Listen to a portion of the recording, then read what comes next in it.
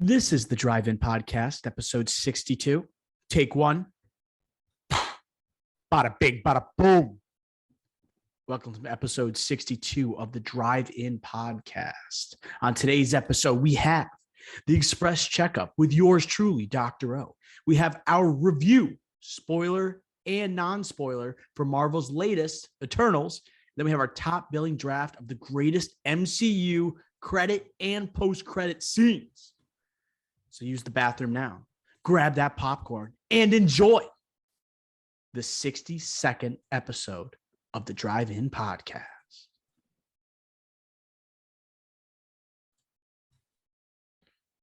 Episode 62 has arrived. This is Dr. O on the horn. I am joined by both Ricky Flicks and Nez. Nez, you messaged us before we started recording. You said you had a dream to tell us about. Sir, you now have the floor. Welcome back. Thanks so much. It's been a while. I've missed being on the podcast. A couple things before I get to the dream. Last night, Soho, fun to watch, but really kind of didn't live up to the expectations I was hoping for.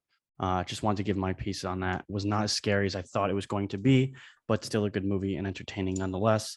Had to give that take, by the way. So because I haven't been Agreed. Able to give that was a great synopsis of my review too. Like that, I think we're on the same wavelength. Yeah, I thought it was gonna be such a Halloween movie. It's coming out Halloween weekend. I thought it'd be so much scarier.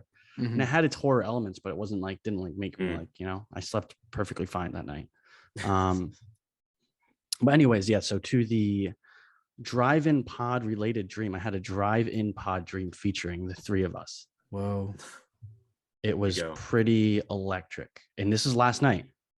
It's pretty electric. So, I mean, basically for some reason, despite none of us ever, I don't think, do any of us play an instrument? I wish. I tried to teach myself how to play the guitar in quarantine last week. Played the spoons at my 6th grade concert. That's it. No, yeah. So none of us know how to play an instrument, but apparently we were playing a sold out arena show. I'm talking SpongeBob SquarePants halftime show vibes. And we were sitting there and we were in the middle of an arena and we're kind of looking around and we're like, we don't know how to do this. Why are we here? And we were a little nervous, but then they counted us in 1, 2, 3. I was on the drums. Dr. O was on the lead guitar. Let's go. Flick was on the bass, but he was providing the vocals. God. He was providing the vocals. Yeah. I love this. This is Bubble Bowl, SpongeBob SquarePants. We're talking. Yeah. All eyes on us.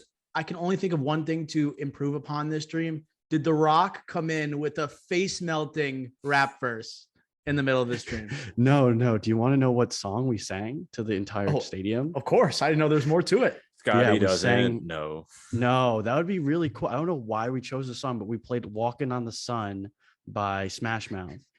Wow, I would not have guessed. Wait, that's not Smash Mouth. Is that the Offspring? Is that Smash Mouth? Might as well be walking on the sun. Yep. That's definitely Smash Mouth. Big time. It sounds Smash. Yeah, that is Smash Mouth. So we played "Walking on the Sun" by Smash Mouth, and we actually tore the place down. Wow. Then I'm a believer as the encore. I think the dream just cut out after that. I was too happy. I think I threw a jump stick into the crowd, jumping out. Yeah, Ricky Flicks is looking at me in disbelief. I don't know how I made myself sound like that. Ricky Flicks just whipping the hair back and forth, head banging. I'm just shocked that I'm a part of the I'm a lead vocals. I can't believe that either. So Ricky Flicks, I was gonna say, if you were in this setting, what would be your ideal song? You played in front of 100,000 people. What would you play? Tequila. No, I can't sing. I can't sing, but I guess I would just go back to old reliables, Blink-182. Anything Blink, really. Yeah, I think American Idiot or Holiday, both Green Day songs. I think Holiday would be massive. That would be song. Massive. Or you can go the Ferris Bueller route. Have your attention, please. You can go Ferris Bueller route. You can go Twist and Shout as well. I mean, if given the opportunity, this is it's actually a really good question. What song would you perform if you knew that you could pull it off? It's got to be one you know by heart and one the crowd can sing along to. So even if you mess up, they'll drown you out. They'll drown you out a little bit. That's why, like if you were just a stereotypical white dude, you're probably screaming from Mr. Brightside left and right, because that's probably the go-to. But you can still rock out to it.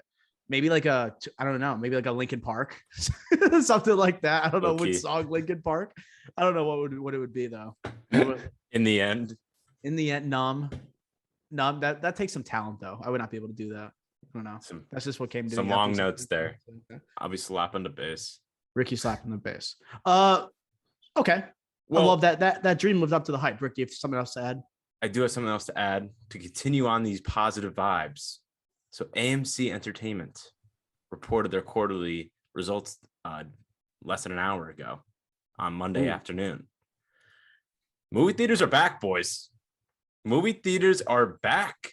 AMC's revenue last weekend would have exceeded the same weekend in October 2019. Their October admissions and revenue is almost 90% of 2019 October. Let's go. Like, we're on our way. Movie theaters are almost back. Like, we are so close with some of these movies coming out later in the year, like Matrix, Spider-Man. I name another big time movie. It's gonna be coming out. Pretty much the two. Ghostbusters. The two, like, major ones that are left. Yeah. Ghostbusters next week. So there's going to be Eternals right now. Like, movie theaters are back, and numbers are actually proving it. And like, it's crazy to say. We call that the MCU bump. That's an MCU bump after 71 mil domestic opening weekend for Eternals. Right. Our review this week and our inspiration for our top billing. I can't wait to talk about it. Like, I have so much to say about this movie. I can barely contain myself. And not to mention, like, the two post-credit scenes, holy cannoli, you're going to want to stick around for the spoiler section for Eternals, because it's going to be off the hook. It's going to be crazy. I don't know who's going to edit this. I might have to cut this down from like 3 hours to about hour and a half. There's too much to talk about. All right.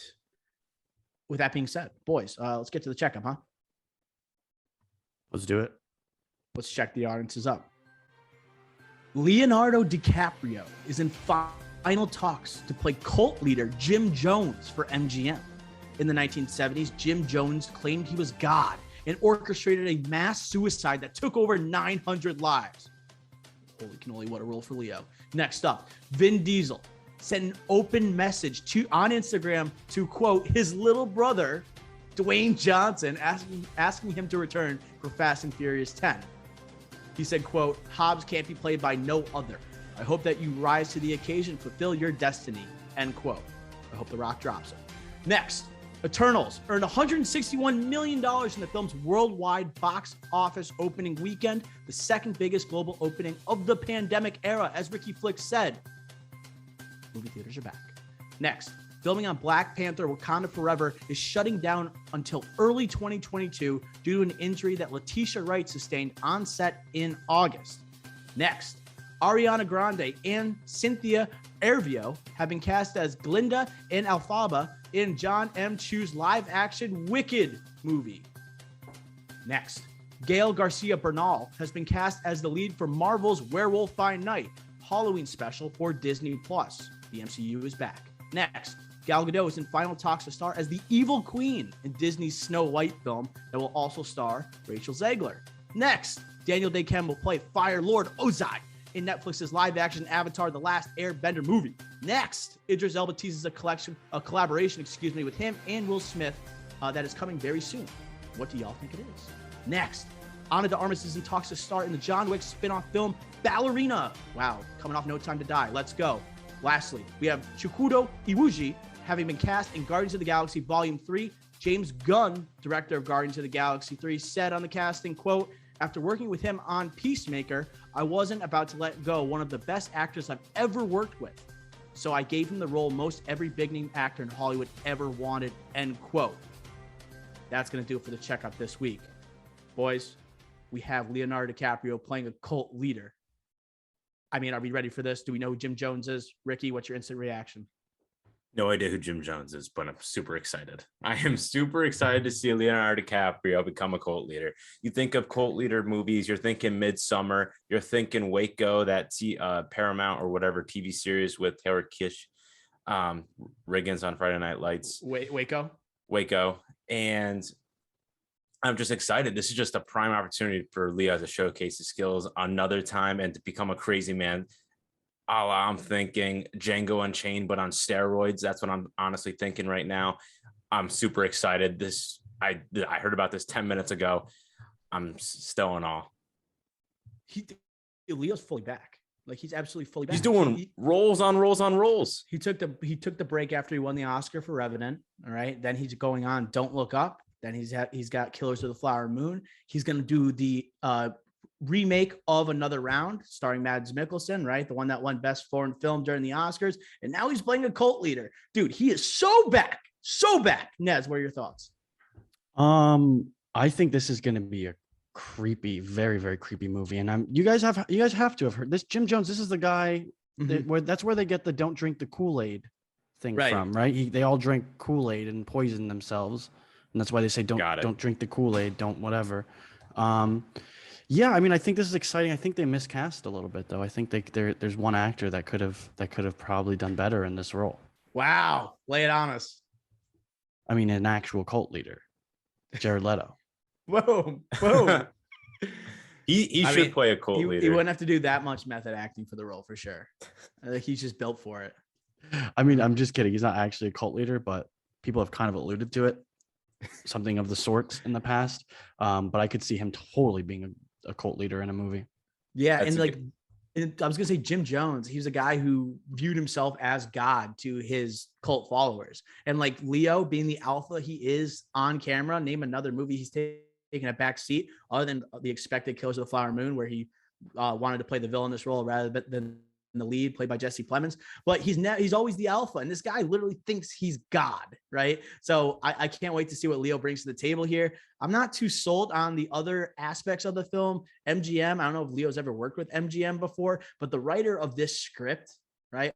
It's a very compelling story, obviously, but the writer of the script is from Venom, right? Who did that movie. So that doesn't get me exactly too excited, but as long as you have Leo attached to it, like, he's going to make whatever like changes that need to be made to the script, and he's going to turn in world-class performance. So Jim Jones, don't drink the Kool-Aid. Oh my gosh, this is going to be electric.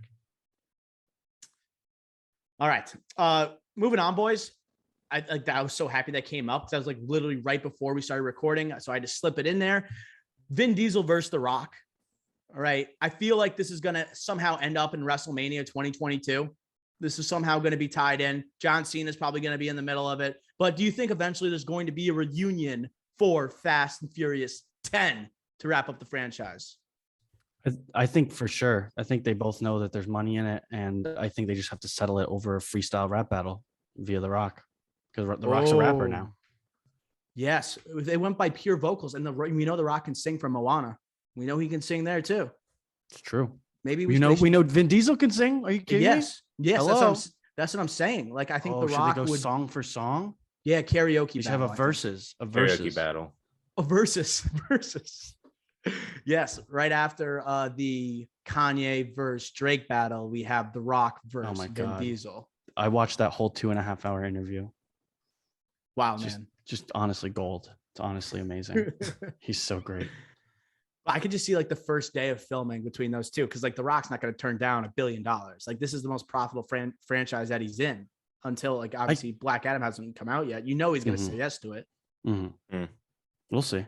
I could see him just like actually throwing down against Vin Diesel though. Vin Diesel's like completely disrespecting him. And Vin Diesel, I give him props because he's totally out of his league making these comments. Totally out of his league. He owes his career basically to The Rock. He owes his career. The Fast and Furious franchise became $1 billion type of franchise once The Rock joined. So he owes it to him. And now he's calling him little brother after The Rock trashed him. I don't know. I could see I could see a couple like takes during the filming. It goes a little bit beyond the stunt doubles. I could see The Rock saying, let me take this one. Yeah, I think it's great though. I mean, this is the only arena where Vin Diesel is really running it. I mean, this is Fast and Furious. So like, there's nowhere else where he can like refer to The Rock as such. So the fact that he's taking full advantage of it, I think is hilarious, and I think it's awesome. Go Vin Diesel, good for you, dude. Home court advantage for sure. Home court advantage. No one out alphas Dom Toretto.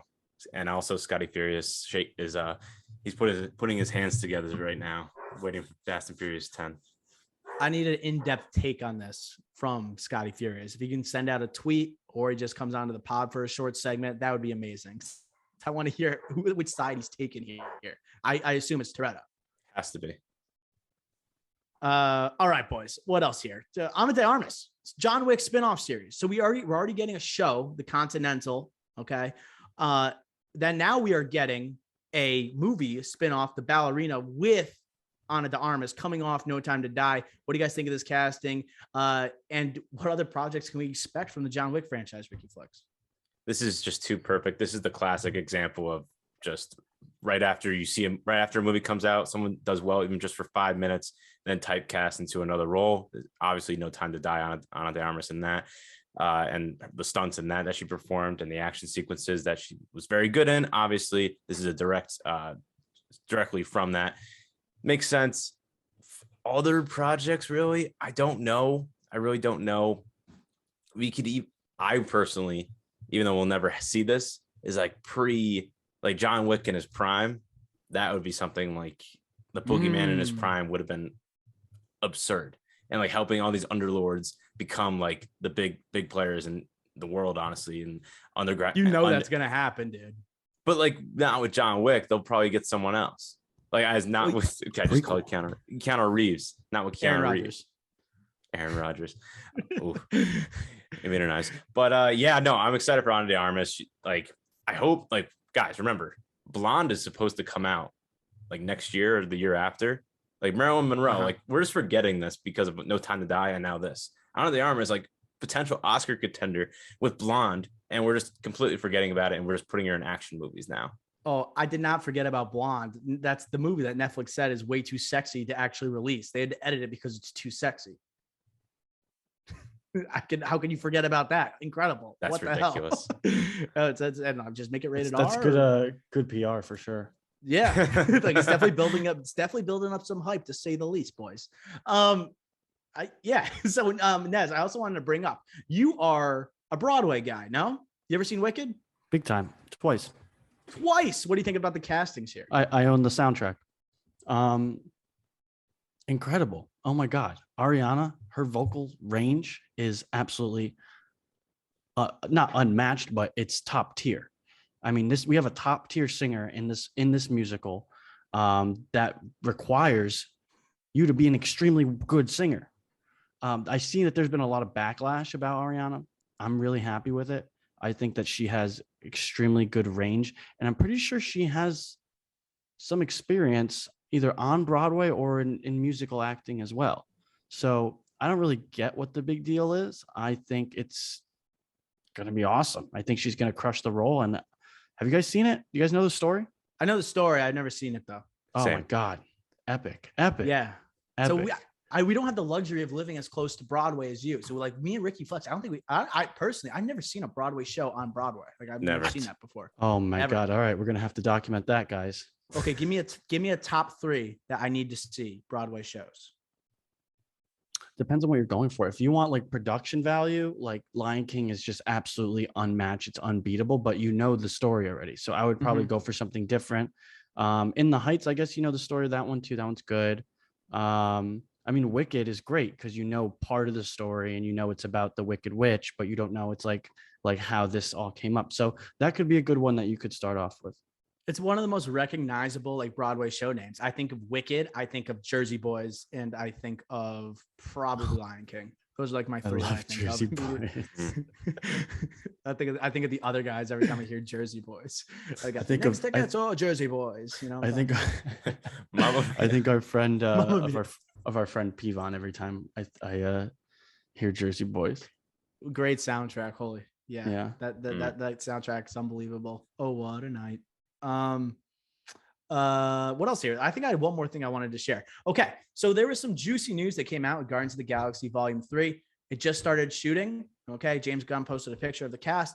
Unexpected cast member joins Chukwuti Iwuji, which is one of the most fun names in the history of this podcast. He is playing a character that is apparently the role that most every big name actor in Hollywood wants, according to James Gunn. Any guesses on what this role is, or do you think James Gunn's just pulling our chain flicks? I'm not sure. James Gunn, he's been doing this lately. He didn't let down like the Adam Warlock sneak peek, I guess you'd call it. He didn't let us down with that. So I guess I just don't know what it could be that's bigger than Adam Warlock. I like Galactus is a possibility, but I'm just trying to think of things connected to Guardians. I can't really think of anything besides that really that could be bigger than Adam Warlock reveal. Which is I don't know how it could be. And speaking of Adam Warlock, in that picture James Gunn posted, you have like Will Poulter in there, and I just still can't believe the guy from freaking We're the Millers is in this movie. I can't believe it. I just can't read it. I just can't get a read on this guy. He's looking creepy in the picture, although he's got like the blonde streak of hair. Yep. So we'll see how that works. He's been to a weight room. But like thinking of like big name superhero movies, like superhero characters, like cosmic beings, I'm thinking like Silver Surfer as a potential character related to the Guardians. Yeah, would they introduce Adam Warlock and Silver Surfer in the same movie? It seems like a little too much. That's true. Yeah, I don't know. It's weird. James Gunn's getting a little ahead of himself with these reveals, but he hasn't let us down yet. So hopefully he doesn't let us down with this one.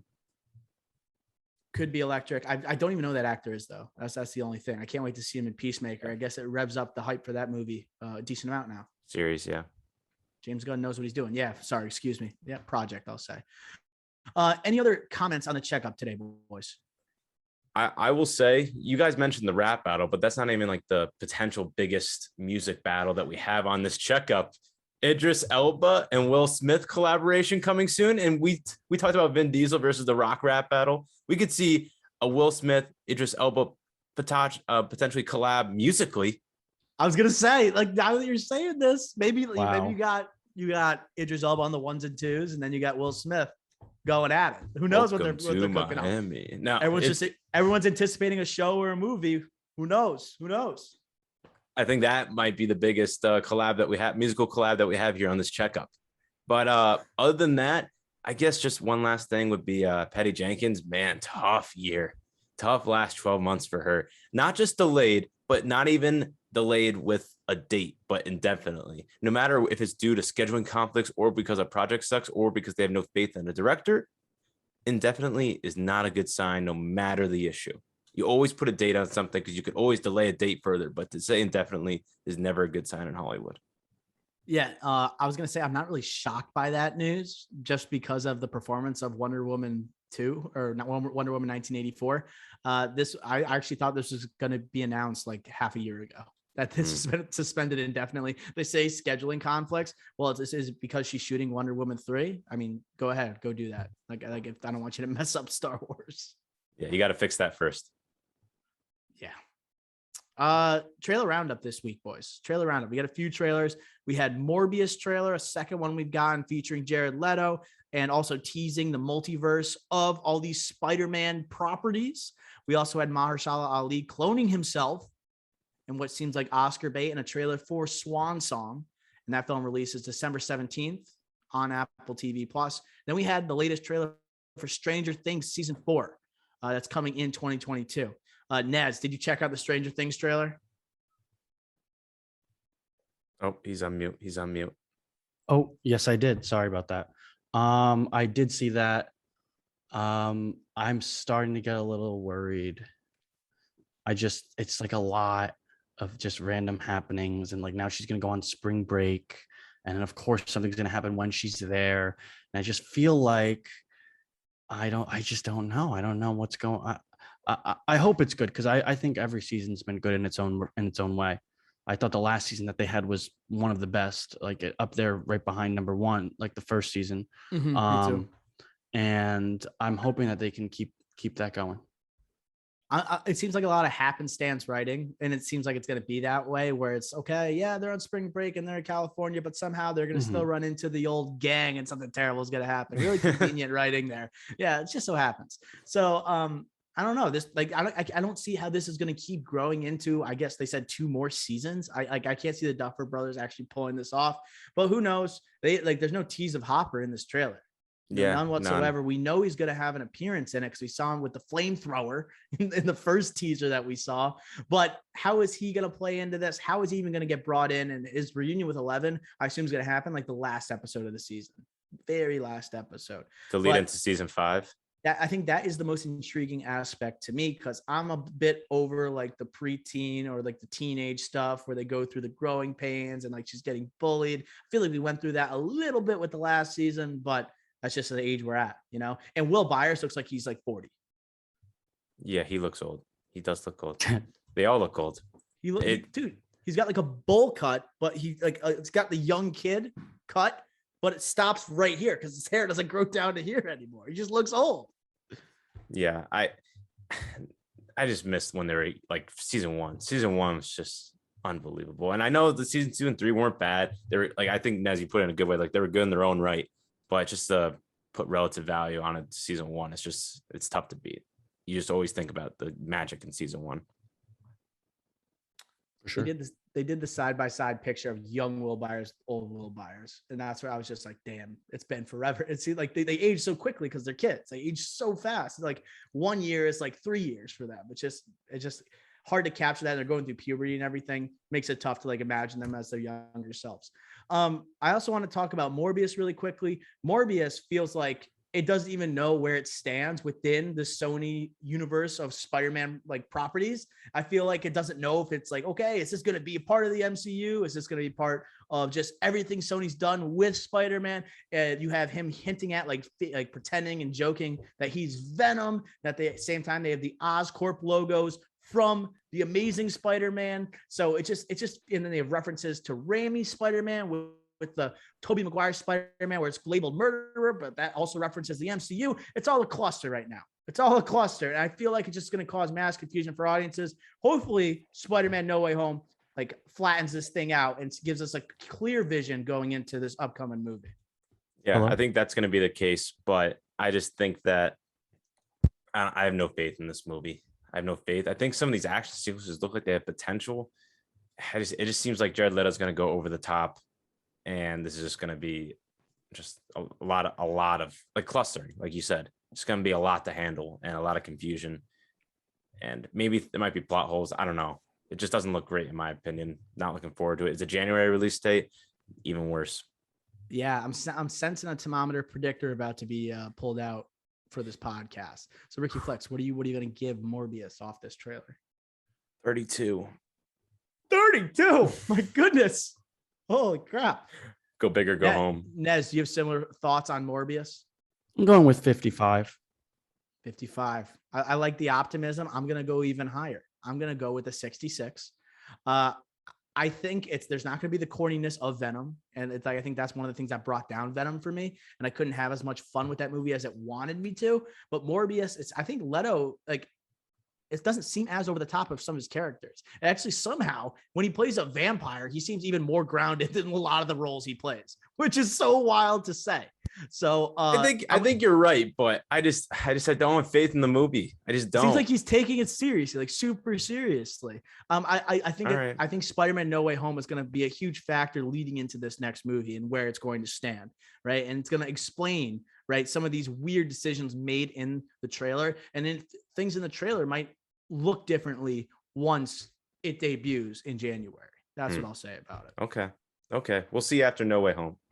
So that's going to do it for the checkup, and that's going to do it for the trailer roundup. We will now move on to our highly anticipated review of Eternals. All right, Ricky Flicks, one of our most anticipated movies of the last 2 years. We're talking around 700 days. We're talking Eternals. One of the most controversial movies in the history of the Marvel Cinematic Universe. The first MCU movie that's gotten a rotten rating on Rotten Tomatoes, where it's not being favored by critics alike. So Rotten Tomatoes score stands at 48% right now. It's incredibly divisive. The audience score, 81% Rotten Tomatoes. The IMDb score, 6.9 out of 10. You could say that's much higher than what is being portrayed in Rotten Tomatoes. Here's the synopsis before me and Ricky dive head first. So the Eternals are a race of immortal beings with superhuman abilities who have secretly lived on Earth for thousands of years, reuniting to battle the evil deviants who have surfaced after centuries being away. So, Ricky Flex, this is a movie with an electric cast where we're talking Salma Hayek, Angelina Jolie, Richard Madden, Kit Harington, Gemma Chan, Kumail Nanjiani, okay? Name after name. Maybe the most impressive cast from this year that is filled of impressive casts. So, Ricky Flex, what were your expectations going into this film? And I guess I'll ask right off the bat, did they live up to them? My expectations were sky high. We did an Oscar bait draft last week, driven by this Rotten Tomato score and the divisiveness around this movie. And it didn't even come close. To my expectations for this movie, with an Oscar-winning director and Best Picture winner just last year in Chloe Zhao. The Kevin Feige saying the best pitch I've ever received for a movie was from Chloe Zhao and Eternals. With this cast, the return of Richard Madden and Kit Harington being on the screen together, and we get this. I don't think it was a bad movie. I should just preface it with that. But did it live up to my expectations? Definitely not. So I would say the same. Like this, I was literally talking about this movie, like Chloe Zhao. We have an Oscar winner from Nomadland taking the helm here. My expectations were like, obviously, I thought this had potential. We had Black Panther being nominated for an Oscar. When I saw a trailer for this and I saw the cast, I'm like, wow, this could be something the Marvel Cinematic Universe hasn't seen before. And in many ways, it was. It was a lot different than a lot of movies that we'd seen prior to this arrival here. So I guess, Ricky, I want to start off by saying what separated this movie from other iterations within the Marvel Cinematic Universe? I think there are a lot of things that separated it from it, not just from the huge cast, but, and also I think the visuals, I think there were obviously some great visuals, but also I think it was a lot of CGI. So I'm not even going to say that. I know some people were saying that, but I think it was a CGI kind of took over the visuals. What I think separated for me was just the amount of storylines that were on top of each other mixed with flashbacks is something that we haven't seen in the MCU. And of course we've seen flashbacks. Of course we've seen mixed storylines because we had multiple superheroes in the same movie and being in prominent roles. But this one was just so many things going on with all these, was it 10 Eternals? And they touched upon almost each one of them to a certain amount, to a decent amount of screen time for the majority of them. And you just knew like this was just out of hand. They lost control. I honestly did think that.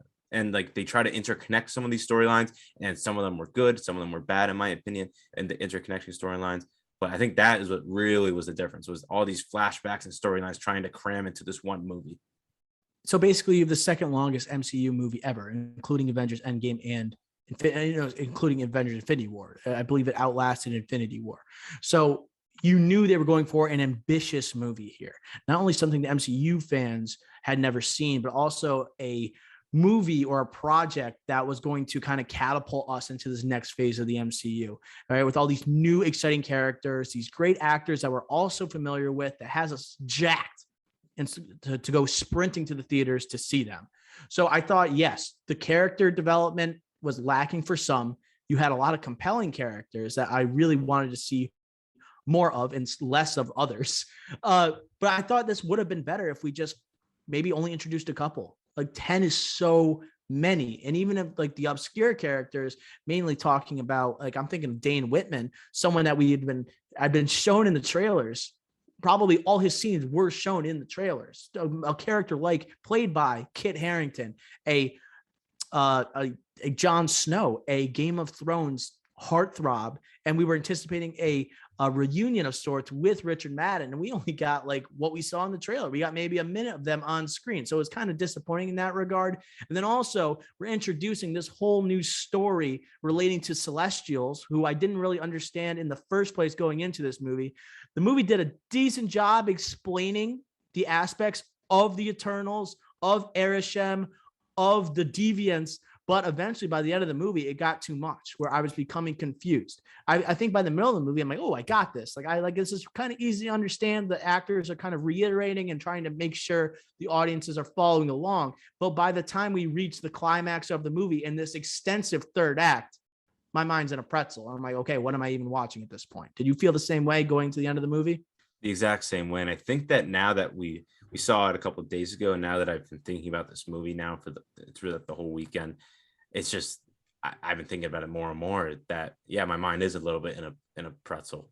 And I think throughout the movie, there's also like the Thanos argument saying why they didn't intervene. You could say that with other things that happen in this movie. I know this is the non-spoiler section, so I'm not going to say that, but I think that was also in my mind with all these different storylines, with all these different flashbacks and characters, trying to piece those together while trying to comprehend this story, this movie, this long, very long movie. So I think that also clouded my judgment during the showtime as well. The scale was just so damn big. Scale was so damn big. Not only talking about these 10 characters, but we're going from a movie that starts off with the Big Bang, and we're going all the way up to the 21st century. All these flashbacks also kind of, I think, go against the premise that they don't intervene with human conflict, specifically with the character Fastos, who's played by Brian Tyree Henry. There's a certain moment we'll talk about in the spoilers where it didn't make sense to me how they said they would never intervene with such a with humans and their conflict. But there's an obvious example of Brian Tyree Henry and his character intervening with human conflict. If Ricky flips, you know what I'm talking about, I guess, here? I do. So it just makes no sense to me in that regard. But going on with some positives to say about the movie, you brought them up.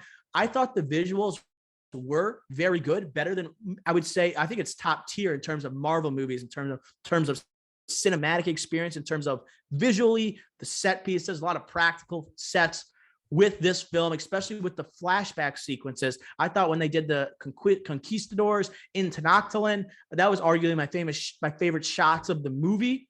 But there are other parts of this movie where I was like, the CGI is off here, especially at the end of the movie with Arishem and Gemma Chan. I felt like I was watching Dune back in 1984. I'm like, how could they allow this shot to happen?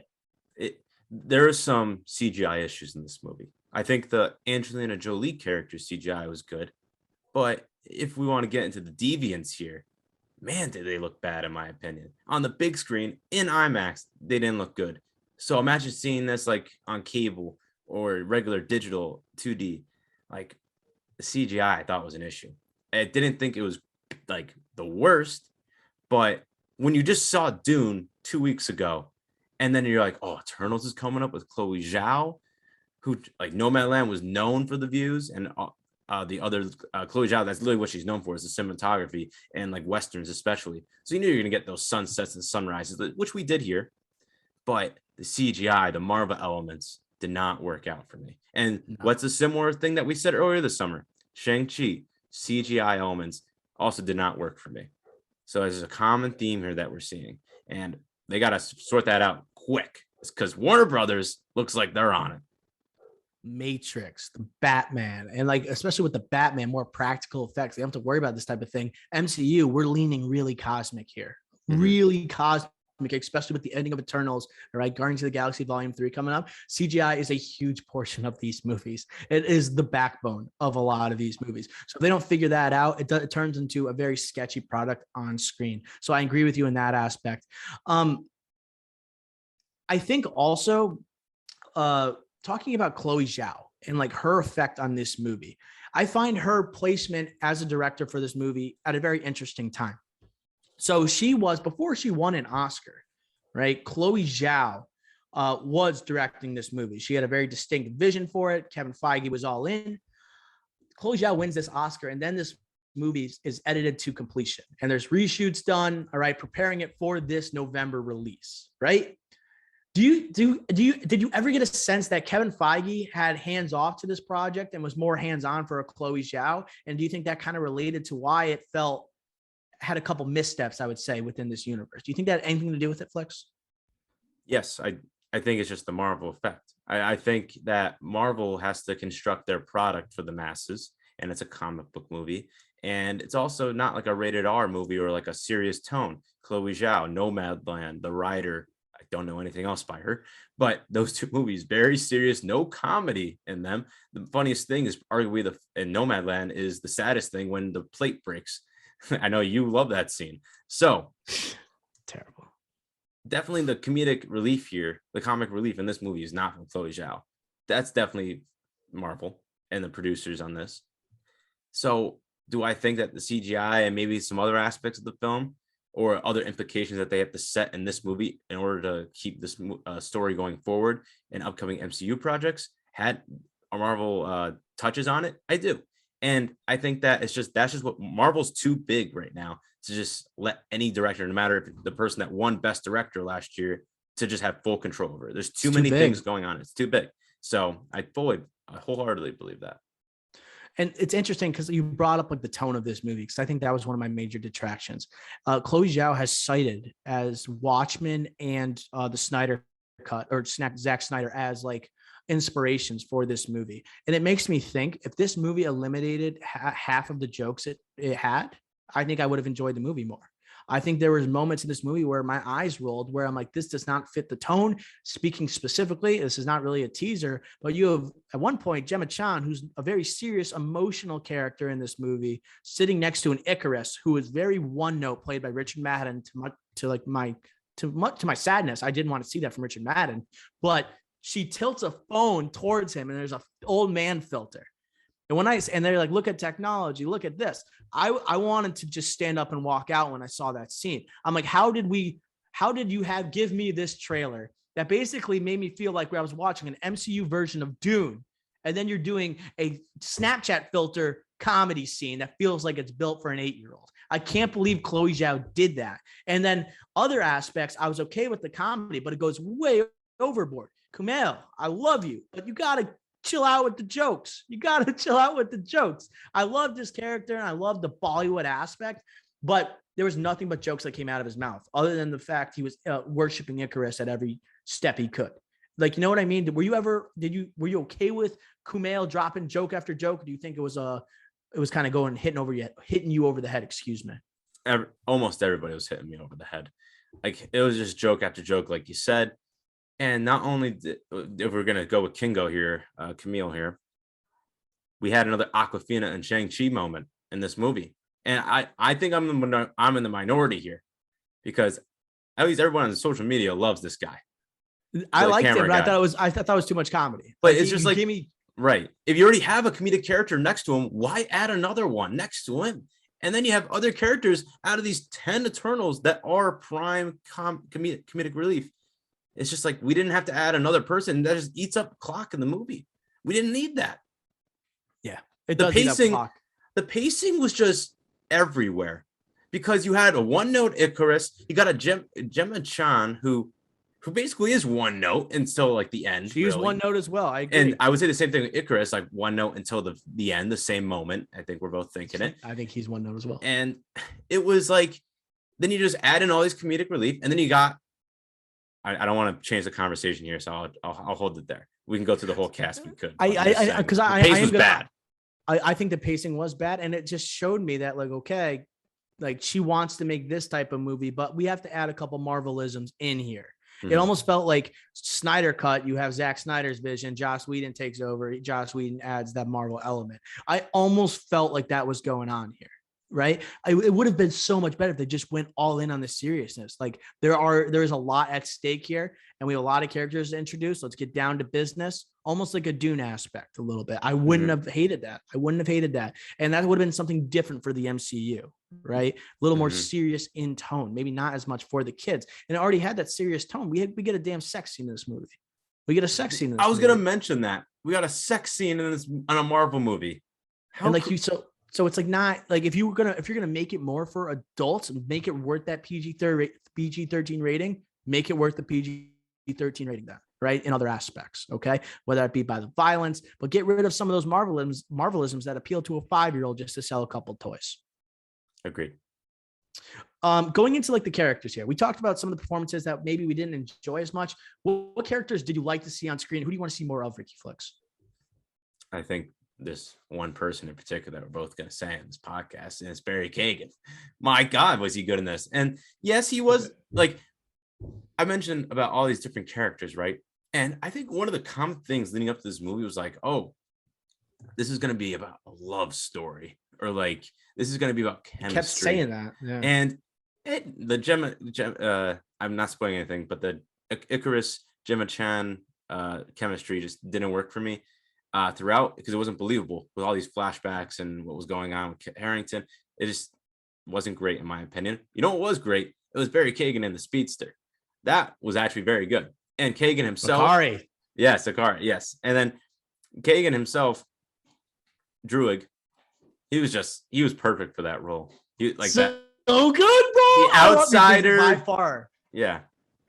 And I was like banking on him being like the villainous type of Eternal who kind of who goes against the team. In a way, he kind of goes against the team, but not in the way you expect. So my favorite scene of the movie is his monologue. It's not even an action scene. His monologue in Tenochtitlan, right? During the time of the conquistadors, where he's talking about, right, like we have a job, a responsibility to humanity. Like we need to do what's best for these humans rather than what's best for the Ereshkigal, right? These people that are watching over this person that's watching over them, make sure they take care of this planet.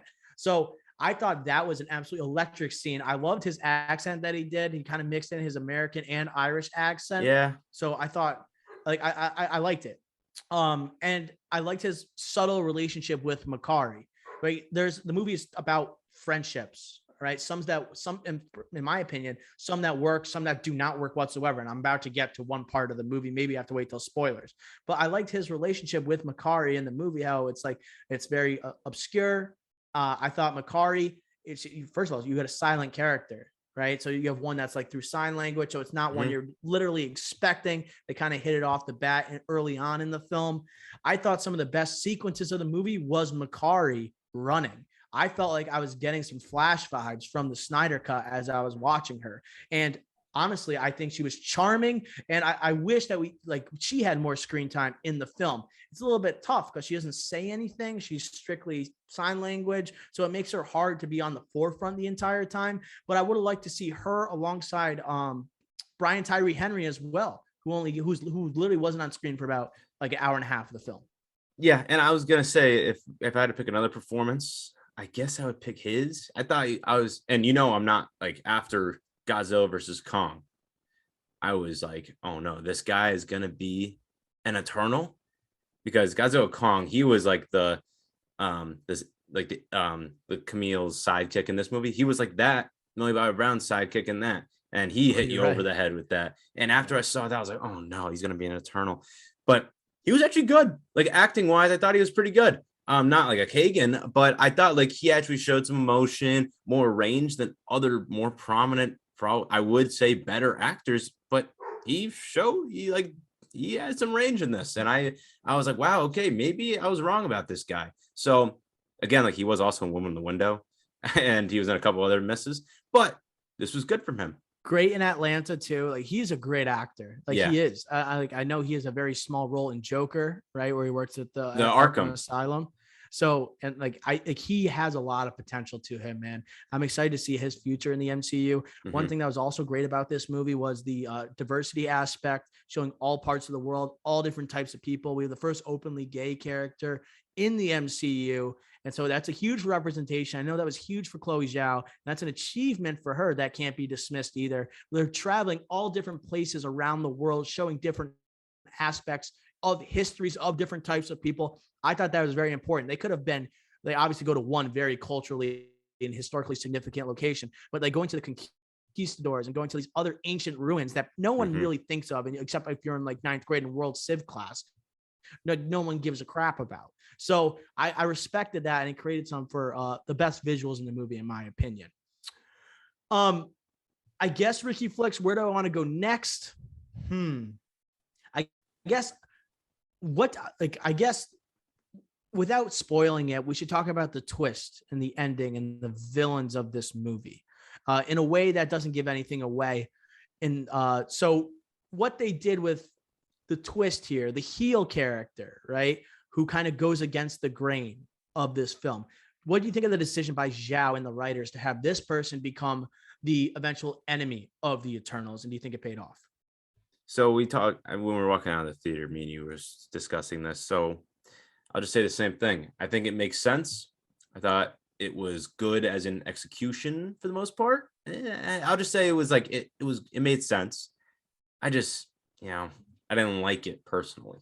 And I don't know if that's a common the majority. I'm speaking for the majority, but I'll just speak for myself that I didn't personally like it, but it makes sense. So the very ending with that character, I hate it, but the actual twist made sense.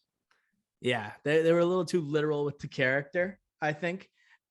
In a way, I thought Chloe Zhao would have been a little smarter with that aspect, but I thought it made sense. I was just kind of saddened by the decision because I think there's a lot of potential.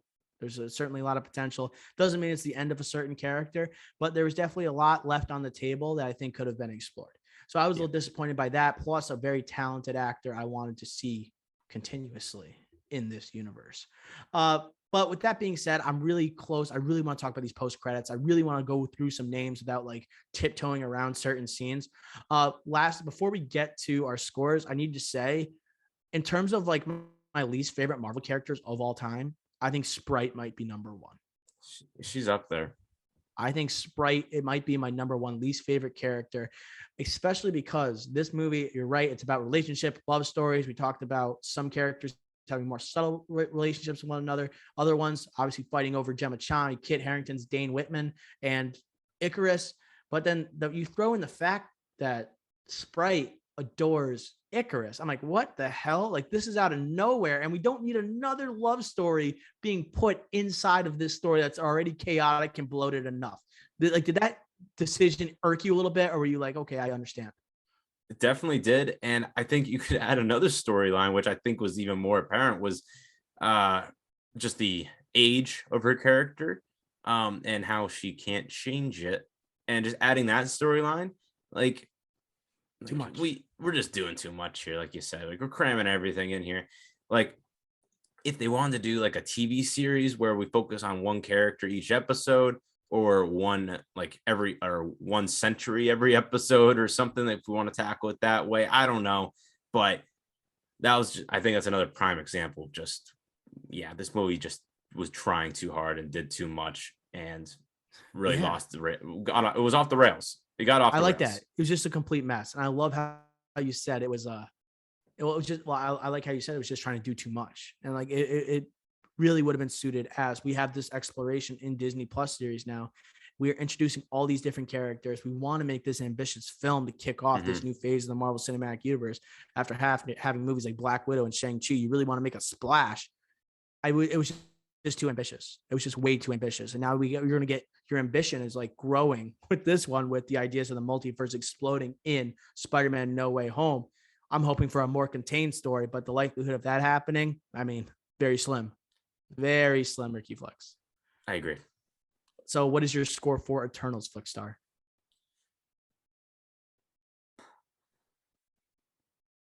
Okay. Processing. The post-credit scene's something, but I'm not including that. Part of the movie. I'm going to go 59. 59.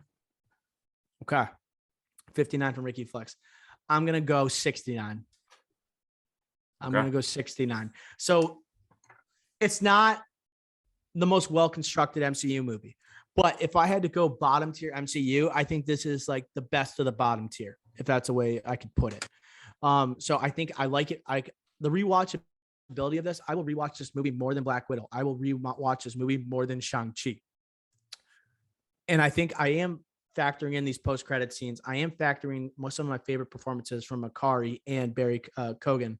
I think that's how you pronounce it. It's actually Kogan. Really? But I believe it's Kogan. He's Irish. And I kind of I looked it up as we were talking. So Barry Kogan, I like where this future is headed. I think visually it was fun to watch. CGI kind of got in the way. I like seeing these characters interact. I don't mind a bloated runtime, but the third act did take literally an hour and a half. Let it be known it's a Marvel movie, and it had me excited as watching. I guess I might have some overexcitement to this, but I'm going to stick with a 69 out of 100 before we head into spoilers here. Well, let's do it. Let's jump in. All right, this is your warning if you're listening to the Eternals review. We're about to jump into two of the greatest post-credit scenes in the history of the Marvel Cinematic Universe. This is your last chance to skip ahead to our top billing draft of the best MCU post-credit scenes. All right, Ricky Flex. Let's go with the post-credit scenes. Okay. We're going to talk about both of them. I saw the first post-credit scene. And after I saw the post-credit scene, I was in awe. I was in absolute awe. I was shaking Ricky Flex because I couldn't believe what I was looking at. I didn't think it was real. But we have the introduction of none other than Pip the Troll, played by Patton Oswalt, who introduces Thanos' brother, who is known as Eros, who's also known as Star Fox, who looks like he will be helping the Eternals find the characters that are stranded or that are taken by Arishem following the last actions of Eternals, and that is Harry Styles. Harry Styles is officially in the MCU, Ricky Flex. We have his performance in Dunkirk. He's going to be in Olivia Wilde's Don't Worry, Darling. He's arguably the biggest rock star on the planet, and now he is one of the highly anticipated Marvel heroes in the upcoming phase. Were you taken back by this? What was your reaction, Flex? So, audience here, a few episodes ago on our checkup, we mentioned how some big J's, some big journalists in the industry spoiled some of Eternals online. Spoiled it. And not just journalists, also big Instagram pages and Twitter pages, movie pages also spoiled it from these journalists, and they condoned it and promoted it itself. This is one of the things that was spoiled for me. Insane. I couldn't believe it. I looked at you and I said, "Do you know this?" And he said, sadly, he was like, Ricky looked like he just lost his best friend. He's like, yes. So and meanwhile, I'm like a kid. I'm like, oh my God, Harry Styles. Like I'm a freaking 16-year-old going nuts when I saw it. It's just, that's why I just, the big J's out there, I'm not a big fan of almost any of them. And it just pisses me off. Like this was literally spoiled for me. Cause it's like out of this whole movie, there's obviously you're listening to spoiler seconds. You saw a bunch of twists in this movie, but this is easily the biggest thing that happened in this movie. And probably the biggest thing that's happened in the MCU in a movie theater since Endgame. This post-credit teaser, what made my $20 IMAX ticket worth it. Yeah, and I also No Way Home. Sorry, or Far Just From Home. Made it absolutely worth it. And like seeing him, he looked perfect in the suit. My God. And Harry Styles, like Eros, but you know his background of his character. Do you know his character, Ricky Flex? Eros, other than the fact he's Thanos' brother. Well, he had the sphere, right? The golden sphere, similar to what Ayak had. So he probably communicates with a celestial. Yep. What else? He's a god of sex. Jesus. He's a god of sex. All right, then perfect casting. It's like he's a sex icon, right? No wonder he calls out Angelina Jolie when he first enters. First thing he says. Oh yeah, no, they locked eyes for sure. But having him here, Pip the Troll next to him, Pip the Troll, you know who Pip the Troll's traditional sidekick is, Ricky Flex? No, I have a guess, but what's your guess? Well, it'd be funny. Thanos. Adam Warlock. Warlock. Yeah. So what? So we know Guardians of the Galaxy 3 just started filming. What are the odds Harry Styles makes his debut, not in a post-credit, but an actual film in Guardians of the Galaxy Volume 3? What are the odds? Looks like he has some comedic elements to him, and it looks like he's got that cosmic eccentricness that could kind of go with it. You're making sense. And what if James Gunn being able to write the god of sex in his script, he's going to try to do that any day of the week, every day of the week. Like imagine like him interacting with Gamora, and then you have Peter Quill on the side trying to match like Star Fox, like Thor almost, and Infinity War. Like I think that would be genius. Yes, definitely. And just thinking about this, because I got a question over the weekend saying, how is this possible? How is Thanos, this grimace looking 10-foot behemoth, related to this guy? But Thanos has the deviant gene, right? Yeah, he's like a deviant gone wrong or something. So, okay, which I'm going to go off the post credits for a second. I'm going to go to the actual movie. Do you know what the deviant, like the Bill Skarsgård deviant, looks like to me? Oh, Crow? Yes. A little bit like Thanos. No, but he also looks like he's got that red on him, those stripes. Okay. Well. Okay. Sorry, I was gonna say. Go ahead. Is there air? You don't know. Galaxy Quest, those people on that planet. The animals. Yes. Yeah. His head looked exactly like those babies and people there. Right. You're right. Yeah. I thought that character was underutilized in this movie too. I thought there could have been a little bit more focus on that character because we didn't really get much of that character until like I would say 60% through the movie, and all of a sudden became a huge focal point to Thena's character at the end. I don't think that was very well done either. Yeah. But I in Bill Skarsgård, a sneaky way to add him in there into the MCU. You could have like kind of, I don't know, maybe you could still have he's him. Gone.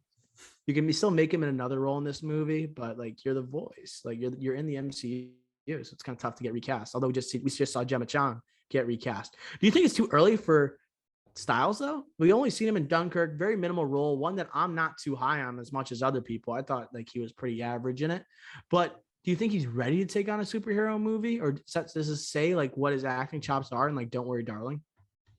That's what I think it is. It has to be. Florence Pugh's in that, also just a new Marvel superhero. That has to be good. If it's not, then I'm gonna put serious doubts because Dunkirk, like, sure he was in that movie, but like my thoughts on that. I don't think he was anything special in Dunkirk. I don't think he was bad. But he was bad either.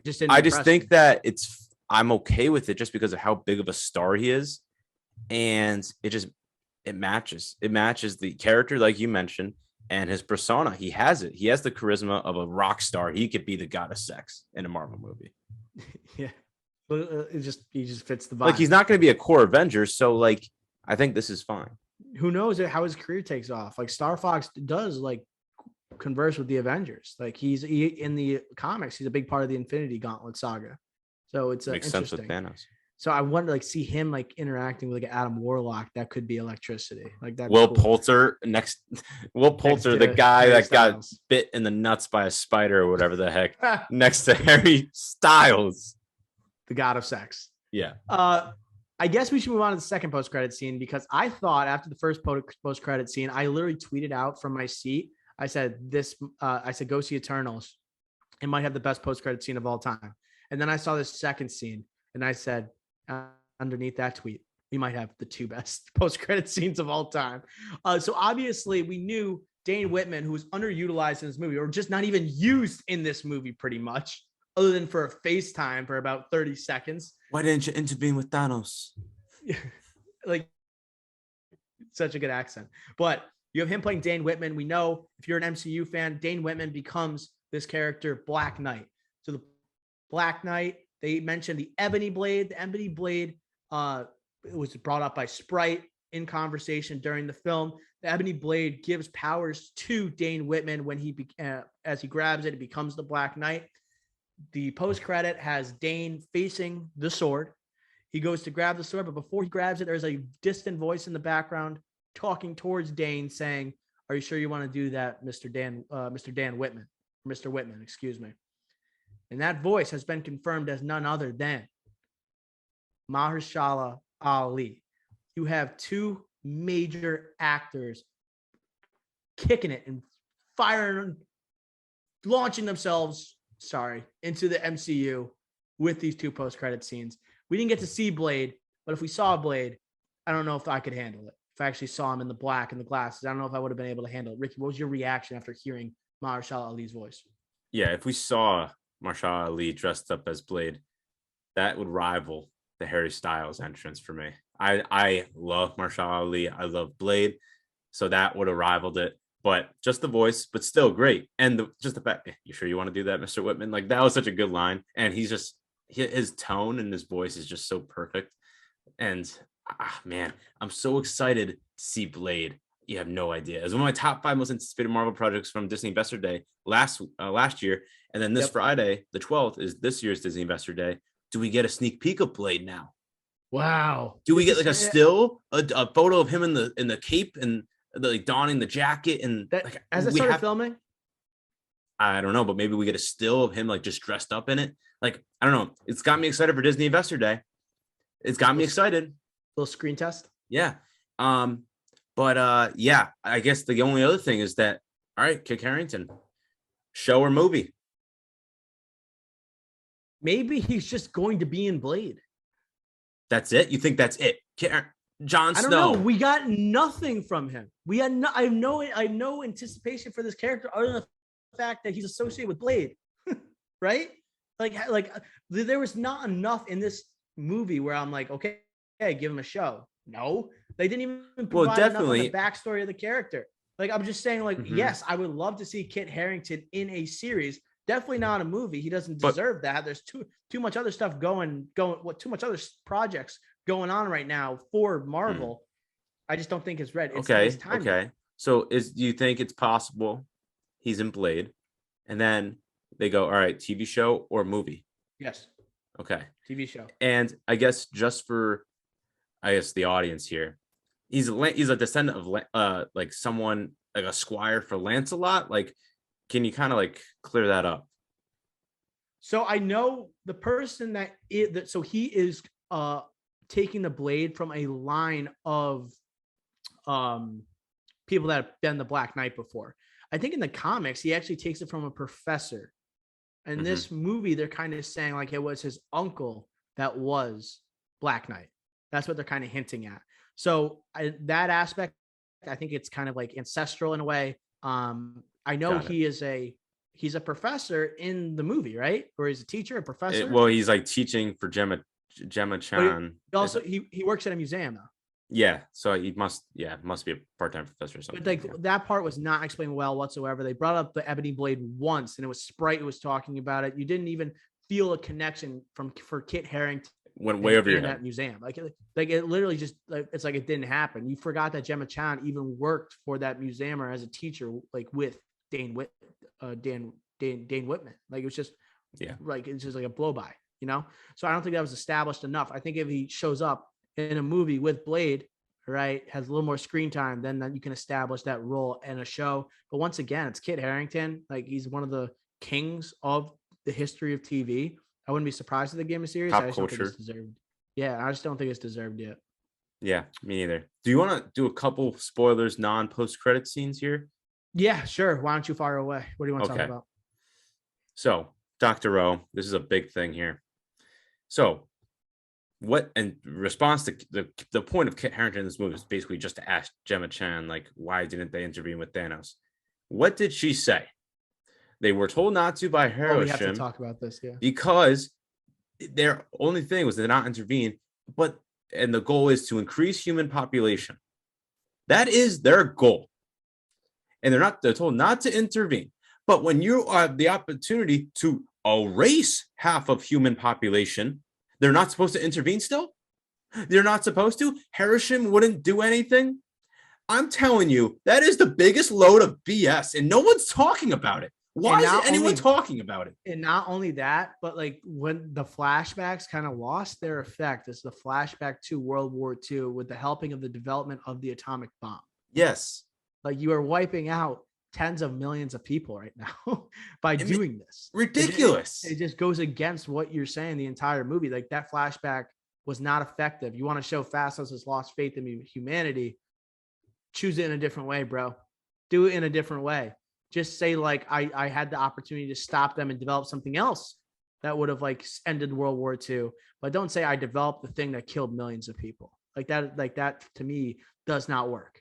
That doesn't not work at all. It's honestly disrespectful. They keep saying like we will not intervene on these like with human conflict. Yeah, what do they do every time in these flashbacks? They're intervening with human conflict. Yeah, like I just hate how they were like in the trailers, they made sure to include like, why didn't you intervene with Thanos? And they made it such a big thing.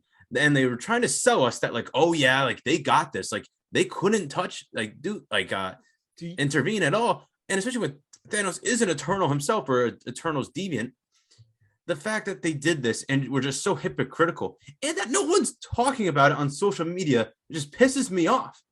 I think Avengers Endgame and the consequences of it, or excuse me, Infinity War, has caused a curse in the MCU where every project that now follows Avengers, Infinity War, and Endgame has to address what happened during the blip. The connectivity is too strong for all these projects that people and the fans will be asking, what did they do during the blip? How did they respond to the blip? Spider-Man Far From Home. All these characters were lost and came back at the same time from the blip. has to be addressed. Eternals, you want to introduce all these groups of characters? Well, why weren't they there during Thanos wiping out half the universe? It's created an issue in terms of writing for the MCU, in terms of the believability. I know we're talking about a fantasy franchise, superhero franchise, but it's caused a need to like go around these hoops and these obstacles in order to tell these stories from these characters that all these fans want to hear, right? What do you think about that, Ricky Flex? Do you find the blip as kind of a deterrence to the MCU? It is. It completely is. I think that's one of the smartest things you've ever said on this podcast. And I think that is a problem going forward. But I do think that in due time, maybe after this wave, this phase of the MCU going into the next phase, it's going to be like an afterthought, as in like it's going to be like 10 years later and no one's going to be talking about the blip in the same circumstances, not the same amount of time dedicated to the explanation of the blip or during the blip and after the blip. It's just going to be, all right, it happened this one time, but we're so far removed from it. It's just going to be an afterthought. And we're going to keep moving on with Marvel movies and shows. I'm a little nervous because we're getting into this age of obviously these obstacles that writers are jumping over, but also we're introducing the multiverse. Confusion for fans might go through the roof following Spider-Man No Way Home. I'm really nervous for that. I don't know if it's going to serve as some sort of a reset once this multiverse happens, or else like what happened during the blip doesn't matter. This might be a way for them to kind of get away from that. But I am concerned of the connectivity, fans obsessing over it, and all of a sudden the universe not making sense. It's almost too big, right? It's almost too big where it's like something beyond what they can handle. It has me very nervous. Definitely. No. Any other thoughts before we close up this review of Eternals? Okay. Another big thing. Go. I know this is a long review, but the ending. Two things with the ending. One, Icarus going into the sun. What the heck was that? What a waste. I know there's multiple of him throughout the universe, but what a waste. What terrible, like awful choice.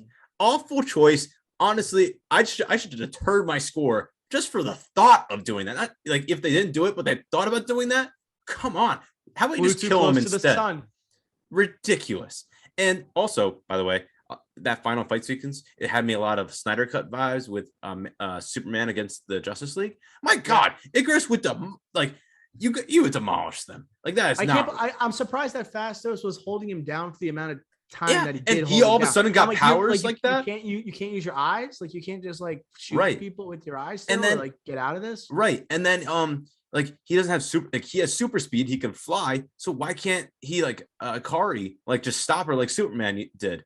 That's where you have the problem. You can't mention him in the same realm as Superman. They referred him as Superman in this movie. They referenced Superman. And you telling me you couldn't do that? Mistake.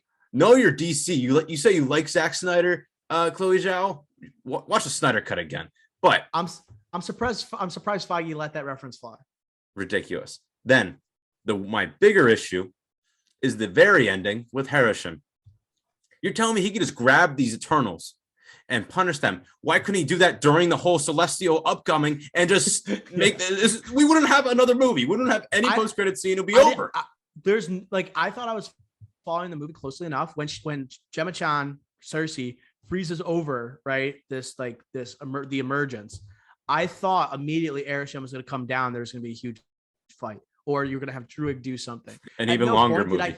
At no point did I think it was over. I was like, where is Arishem? And I was like, oh, wait, all of a sudden this movie's ending. And then Arishem showed up right at the end. This movie could have ended in like 3 different moments. And as I said before, the third act was an hour and a half long. It was like I didn't mind it. I love long superhero movies, but in terms of making a cohesive movie, doesn't exactly work. So I was expecting a comeback of sorts, but you bring up a great point. Why didn't he just like pull them and say, hey, cut that out? We need this to happen. We need the Celestial. Yeah. And again, like I know we're kind of bashing it right now, but like the Rotten Tomato score says it's lower than my score, and I know I had a lower score than you, and a lower score than me by a considerable amount, to be honest. But the audience score is still pretty good on this now. Like people like this 81. Movie.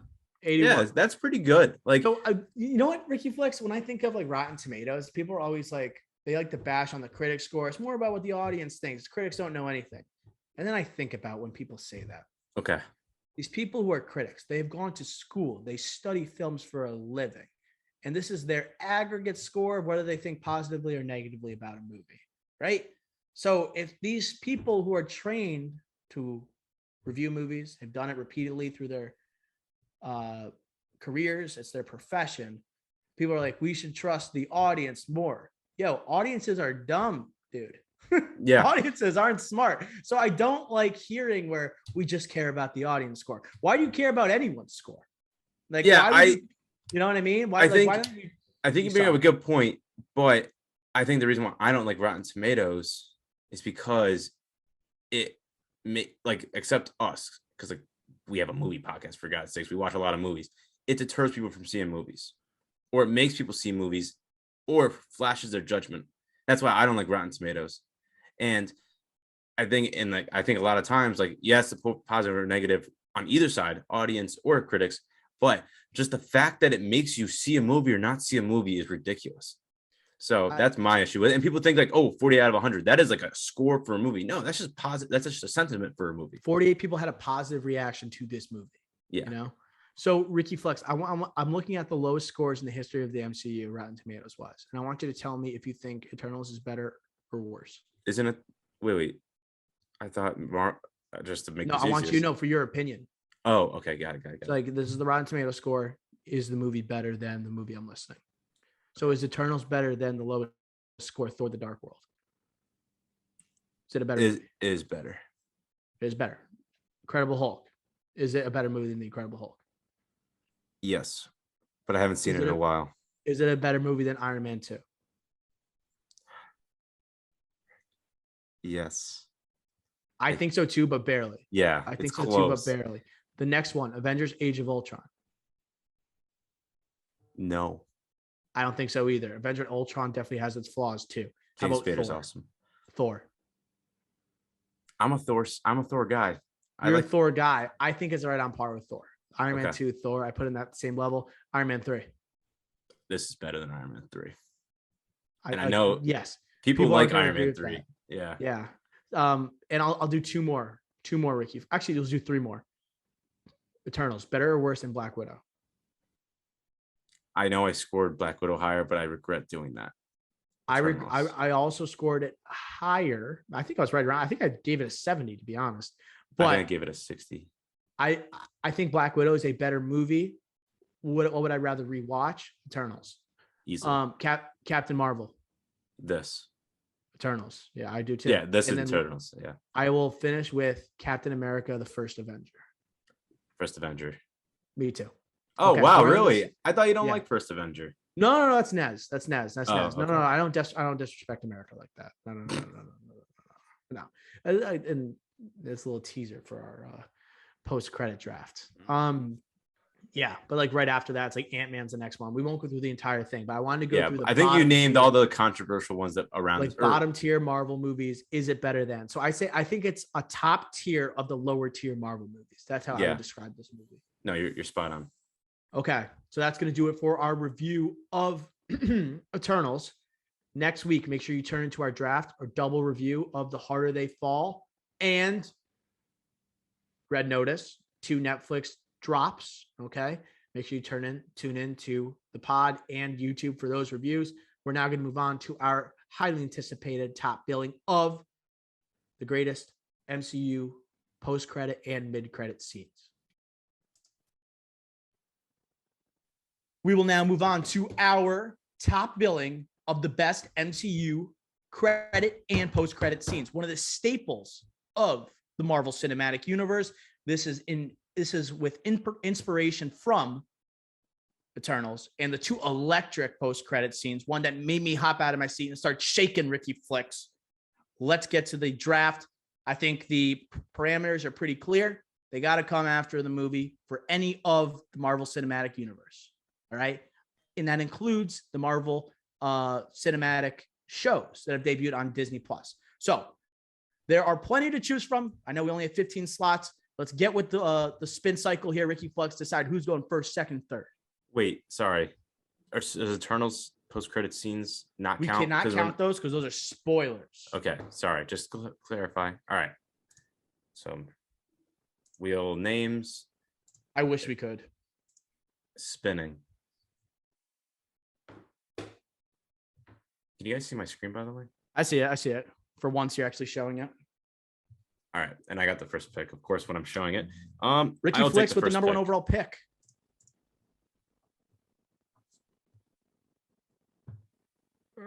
Doctor. I will take the third pick. I will take the third. Nez will have the second pick. I thrive in position 2. You do love to have position 2. You do love position 2. I love it. Who does number 2 work for? All right, Ricky Flicks. Number 1 overall pick. Marvel post-credit, mid-credit scenes. What is your top choice?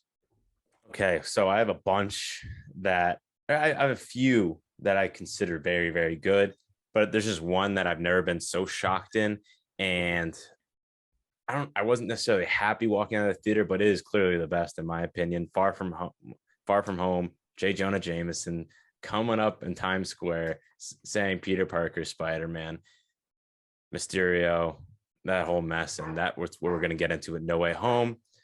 Far From Home, my first pick. Wow, Ricky. I did not see that coming. It was on my top 3. I did not have it as my number 1. I've actually never seen Far From Home in this scene more than once. I saw it in theaters and I haven't seen it since. I don't have cable. I don't watch it on FX. I don't have cable. So I did see parts of it when I was house sitting for our parents this weekend. And I fell asleep during the movie, so I didn't get to see the post-credit. Movie's overrated, to be honest, but that post-credit, it gave all the hype for the next Spider-Man movie. And it's a throwback to the Raimi Spider-Man, hinted at this multiverse, right? The first time we got these ideas, no one believed it, but look where we are now. Hype around it because of it. That's why it's the best. Where was this one for you, Nez? This one was about top 5 for me. This is a great one. His cameo was shocking in the theater. Obviously, nobody was expecting it to be him, if anybody. But then also the fact that they're revealing Spider-Man's identity, which never really has happened before. So it was shocking and it was fun. Right. It was like Iron Man vibes. End of Iron Man, where he's like, I am Iron Man, except okay. That's not that I didn't know where you were going with that. No, just the end of Iron Man. Okay, got it. But then thank you for watching me on that one. But also it was nearly the same shock for me when I saw they did J. Jonah Jameson without the hair and just going full bald. Like, give him the wig. Give him the damn wig. He needs the wig. All right. Nez, now for your first round pick. Iron Man. Speak of the devil. Iron Man. We're talking the one that started it all. The Nick Fury in Tony Stark's house talking about the Avengers initiative, just launching everything, starting the whole cinematic universe. It's my pick.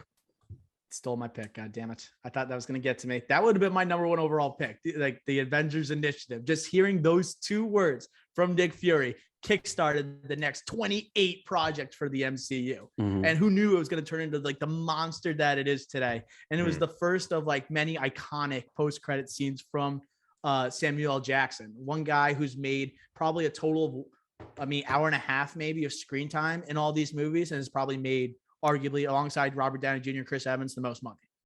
Yeah, and I'd say so. He has an hour and a half. Let's say hypothetically it's an hour and a half of screen time. I'd say half an hour of that is in post-credit scenes. Yeah, like he's in so many of them. Big time. Yeah. So this was my number 2. I will say though, since this was the first, how many people actually stayed for the post-credit scenes because they knew about it? Probably very little. That is my thing. I like seeing these post-credit scenes in theaters and you're walking out right after you see it. I bet a lot of people didn't actually see it in the theater. I watched Iron Man for the first time at my house and I saw it. Well, what I'm talking about in the theater. I can't really relate. It wasn't established, the MCU tradition of staying in the movie theater. But it's not like it was completely unheard of. Right. And it's you're right. And it's so satisfying to watch now when you rewatch Iron Man. It's like, wow, this really started everything. It's the granddaddy of them all. It's a good exactly. Feeling. Yeah. So now we go on to the third pick, my first rounder. I'm going to take 2 from the same movie. I'm going both from the Avengers. I'm going first. I want this down as my first rounder. I want the shawarma scene as my first round pick for post-credit. First round pick, ahead of my next pick. All right. This one is it's a second post-credit. It means nothing towards the future of the MCU, but it kind of gave off the vibe of this universe, how much fun it is, and how like relatable they want these characters to be. And I thought it was just kind of funny because like you just had this massive blockbuster, arguably the most ambitious movie in blockbuster history, and how they end it, they're just chowing down on some shawarma. Just chowing down some shawarma that Tony Stark hinted at earlier in the film. So I'm going to go with that as my first rounder. I'm going to buddy it up with Thanos' introduction in Avengers.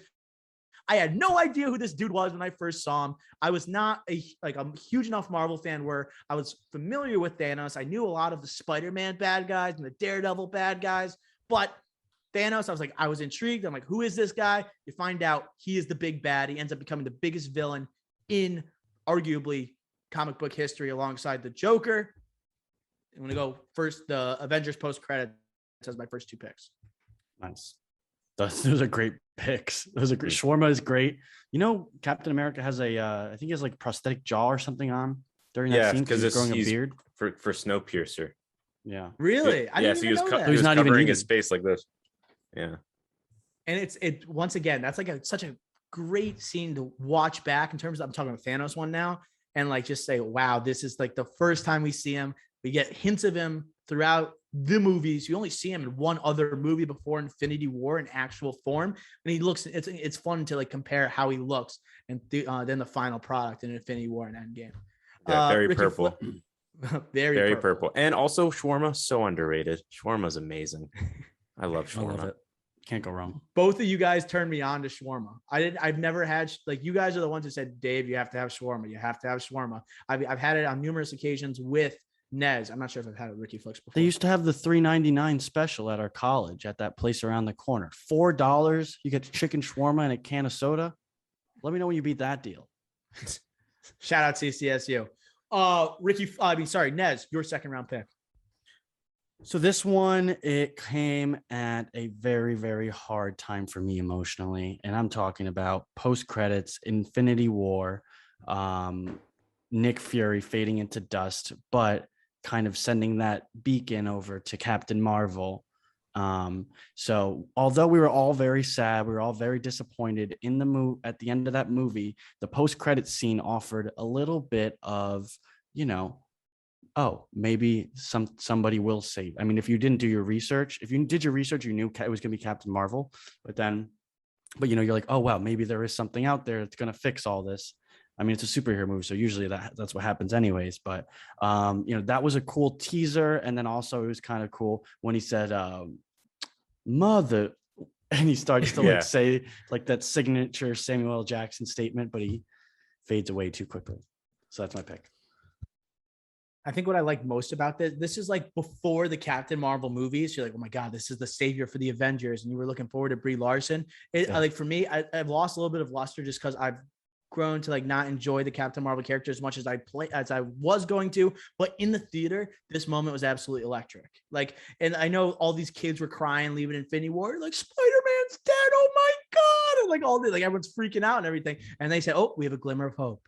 And then you had all the little kids going like, what is that logo? What is that logo? It piqued their interest. Next thing you know, you got another $1 billion movie leading into Avengers Endgame.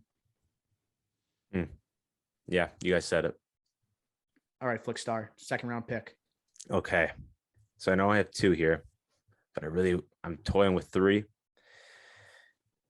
Well, I'll kind of just piggyback off of that. I'll go Captain Marvel, a movie I don't like, but Carol Danvers going back to Earth asking, where's Fury? And basically setting up Endgame to the rest of the Avengers.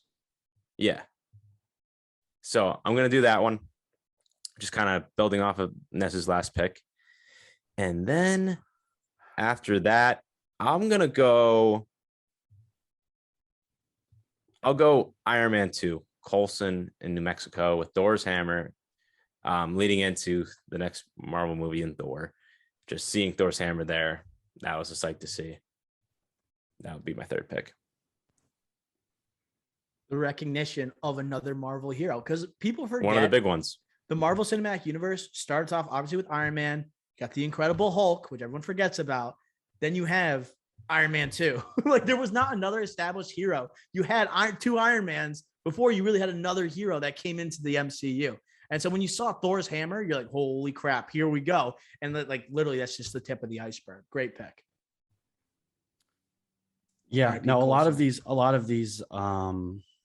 post-credit scenes are used to tease the next big movie or the next character that's going to be coming in. So Thor obviously became a huge deal in in this cinematic universe.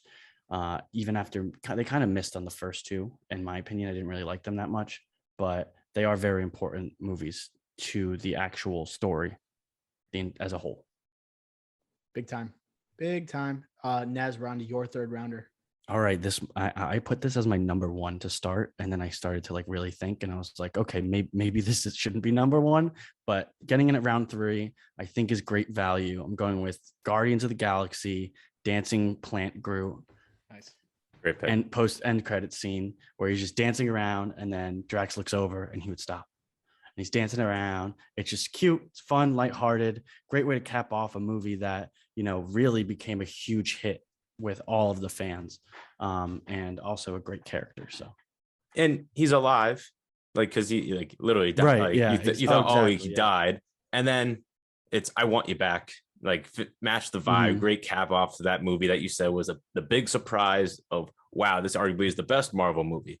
So great pick. I love it. And Drax is just being Drax, just sharpening his blade or cleaning it or whatever while Groot is trying to avoid it.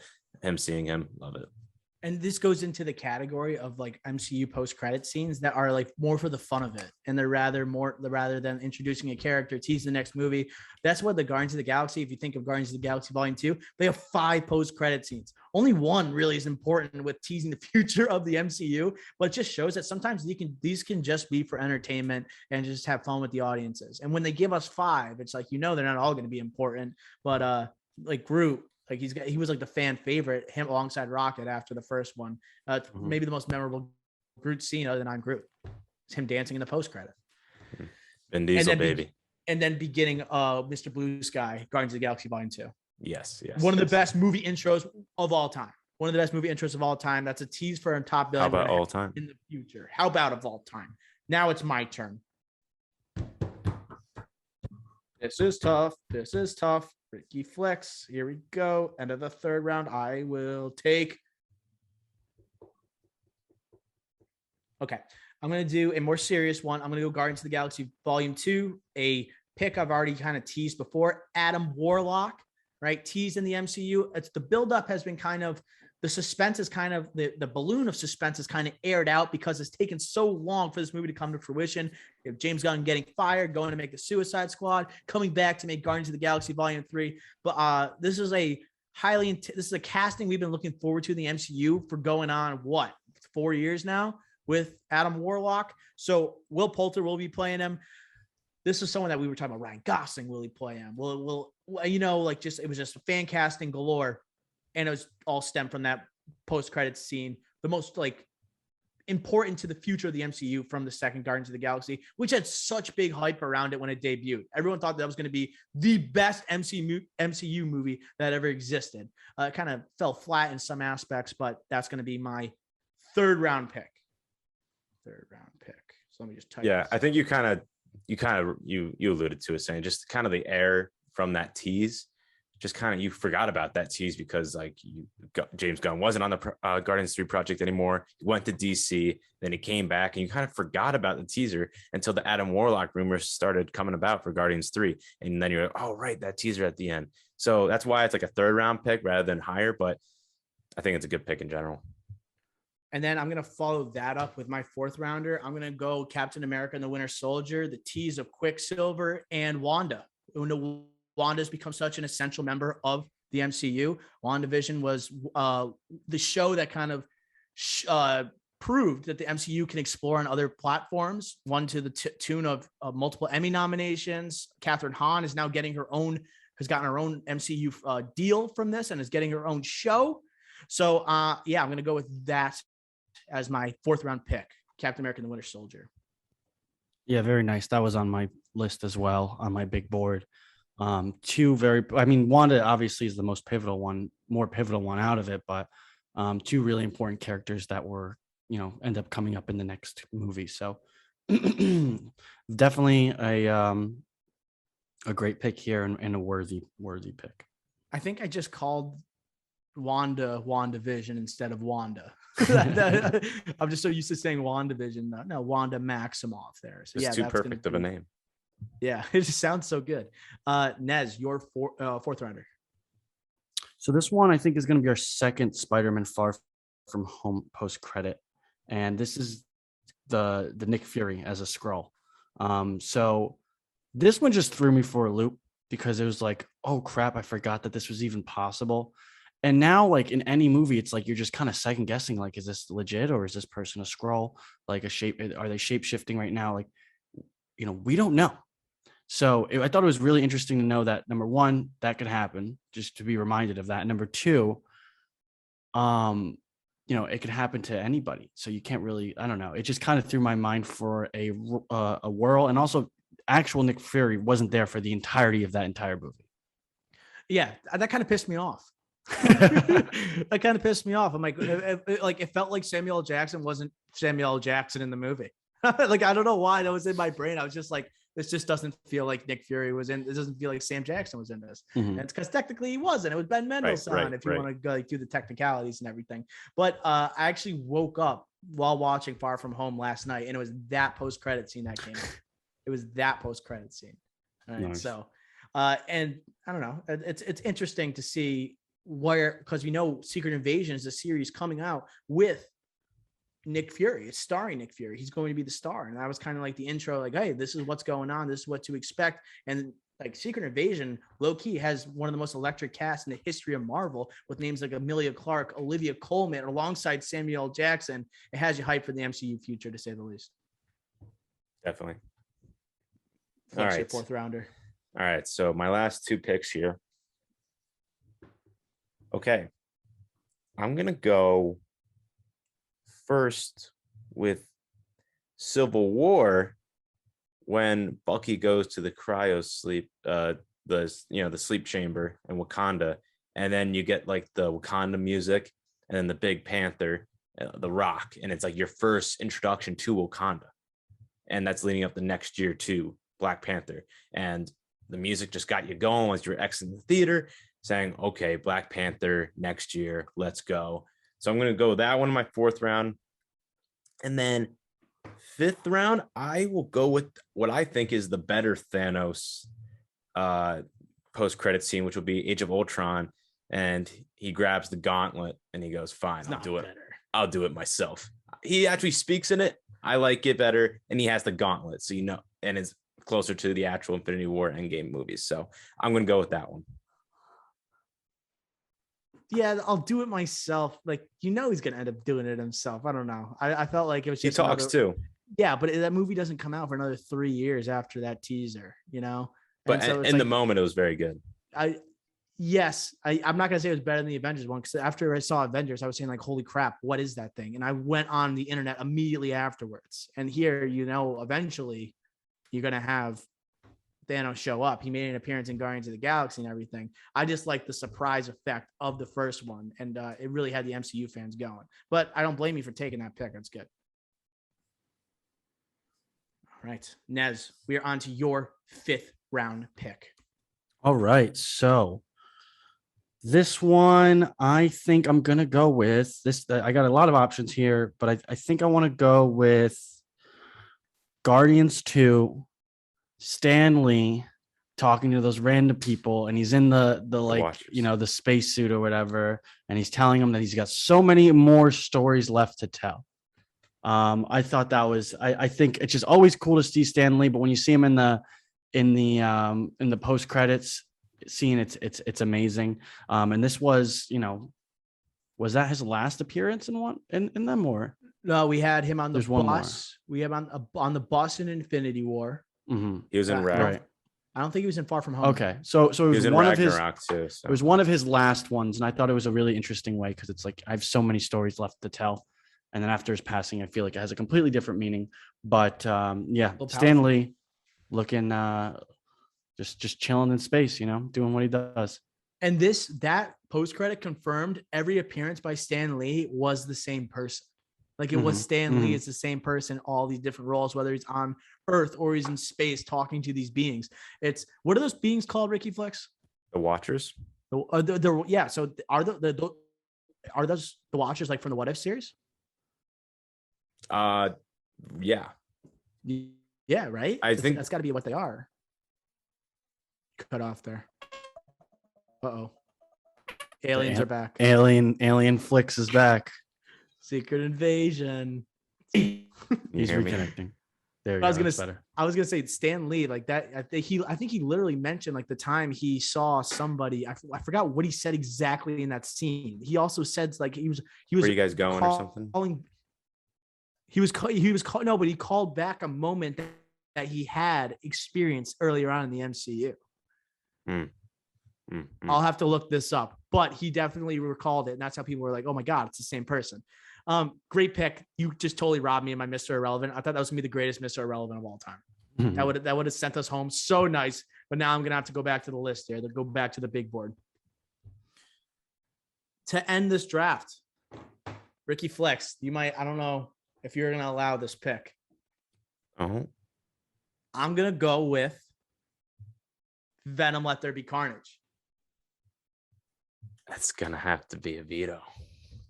Venom, Let There Be Carnage. Is he not a part of the MCU? We don't know yet. Are you kidding me? But introduction. Could be the Sonyverse. Introduction to Tom Holland's Spider-Man. Introduction to the basically the problem that presumably Doctor Strange starts, which therefore puts him inside the MCU. You can't give me Venom, Let There Be Carnage as a post-credit scene. Could be this irrelevant. It doesn't have to be the MCU. It could be the Sonyverse. Okay, but they're still relating to something that happened in response to what happened in the MCU. But why does it have to be in response to the MCU? I know it can be. Because that's the reason he's in the multiverse now. I know, but what I'm trying to say is Sony could just like spin that and make it its own Sonyverse from it, which is a possibility. Nez, have you? I probably just absolutely ruined Venom. Let There Be Carnage post credit for Nez. It's okay. Not a huge Venom guy, but I think it's is Tom Holland is Tom Holland in it? Yes, he is in it with J. Jonah Jameson. But then I call it. Then fine. If you do that, then Adrian Toomes is in Morbius, and so Morbius is in the MCU. Sony. I'm saying these are same with Spider-Man. But these are effects that have happened by what Doctor Strange did, and Doctor Strange is not owned by Sony. And what Vulture did in Spider-Man: Homecoming, which is in the MCU, that's why he's in Morbius. So you're making my case.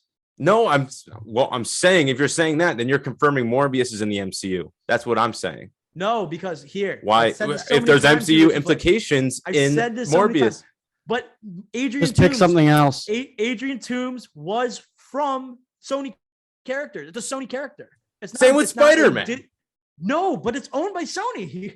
But oh my god, we're owned by ownership. Well, then technically Spider-Man is not in the MCU if he's owned by Sony. If he's an MCU movies, just like Vulture. Literally, Iron Man is like conversing with him though. Literally, Vulture is conversing with Morbius. Well, yes, but Vulture has nothing to do with this. But they're both. This all has to do with Doctor Strange. Fine, take it. I don't get it here. If it's gonna make you that upset, I'll take another one. No. Okay, I'm taking it then. Venom, Let There Be Carnage. Need a double veto. Ricky's not happy with that. My veto is still on the record. Well, it doesn't count. No, but I still get registered veto. Okay, you're gonna have to count up all those vetoes that have existed prior to and see where it stacks up with your record. Here are the lists with the credit and post-credit scenes. Ricky Flex has J. Jonah Jameson in Far From Home. He has Captain Marvel, Carol Danvers, saying "Where's Fury" and meeting the Avengers. He also has Iron Man 2 with Coulson finding Thor's hammer. He has Civil War with Bucky entering Wakanda and seeing Wakanda for the first time. And then he also has Age of Ultron, Thanos saying, "I'll do it myself." Ness has, as his first overall pick, first round pick, Iron Man with the Avengers Initiative. He then has Infinity War, Nick Fury beeping Captain Marvel. His third rounder, he's got Guardians of the Galaxy, the Dancing Groot. Fourth rounder, Spider-Man Far From Home with the big scroll reveal. And then Guardians of the Galaxy 2, Stan Lee in space. Dr. O has the shawarma scene from the Avengers.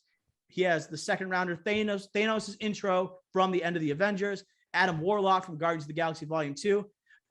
Captain America and the Winter Soldier intro to Quicksilver and Wanda Maximoff. And then finally and controversially, Tom Holland finally being... it makes no sense. All right. Why? Wait 1 second. Because, all right, fine. Is Venom, Let There Be Carnage officially in phase 5? What are we in? Phase 5 of the MCU? We got to see a No Way Home. No, It's officially not. So that can't not an work. MCU movie. It's not. Now you're So it's a vetoing. veto. It's a veto for me. I'm leaning towards Ricky Flicks now. After we confirm the pick. It's not. I vetoed it. Fine. I got a better pick than them all. I got a better pick. Arguably a second round pick. Captain America getting unfrozen at the end Great of Captain pick. America, the first Avenger. And then he's like, punching the bag, meets Nick Fury. All of a sudden, he's in the 21st century. There's a pick, arguably better than my Venom one anyway. It's a great pick. Take that. I had it in my back pocket the entire time. I was anticipating a veto. I thought I was going to get away with it. Apparently not. Man, I'm a man of integrity. If you veto, you veto. Captain America, introduction 21st century. Fine. It's a great pick. That's going to trap it, Flex. We're on to honorable mentions. Nez had to dip out, right? He had a nice dinner to attend with his family, but Ricky Flex, after that chaotic ending to the draft, what are your honorable mentions? What got left off the list? We haven't had a controversial draft in a while, so that was good to get out. All right. I won't go with all of them. I'll just say a couple. Ant-Man and the Wasp, not the ant drumming one, even though that is funny, but actually the blip, the implications of the blip and the quantum realm and the implications for Ant-Man related to the rest of the crew. So I think that was a bit like a big miss here. I think maybe I should have picked it, but I don't know. I think that was a big one. Do you agree? That's a massive one. That is a massive one. It leads right into an Avengers Endgame. All right. And that was a movie. Everyone was wondering what we talked about, the quantum realm, time travel. We knew Ant-Man and the Wasp was going to have a huge factor in terms of setting up Endgame. And it absolutely did. And a lot of it set up with this post credit. And you're like, how the heck is Scott Lang going to be a major part of this story if he's stuck in the quantum realm? How the heck is he going to get out? And you find out, thanks to a rat, he ends up saving half the universe. Any other ones, Ricky Flex? Well, I know there's not a lot left, so maybe you say one and we can just go back and forth. Was this a post-credit at the end of Ant-Man where you had Michael Pena speaking very fast, teasing at the arrival of Spider-Man? No. There's only sure? two. Oh, Ant-Man. At the end of Ant-Man, he's like, Michael Pena's like, I know this guy.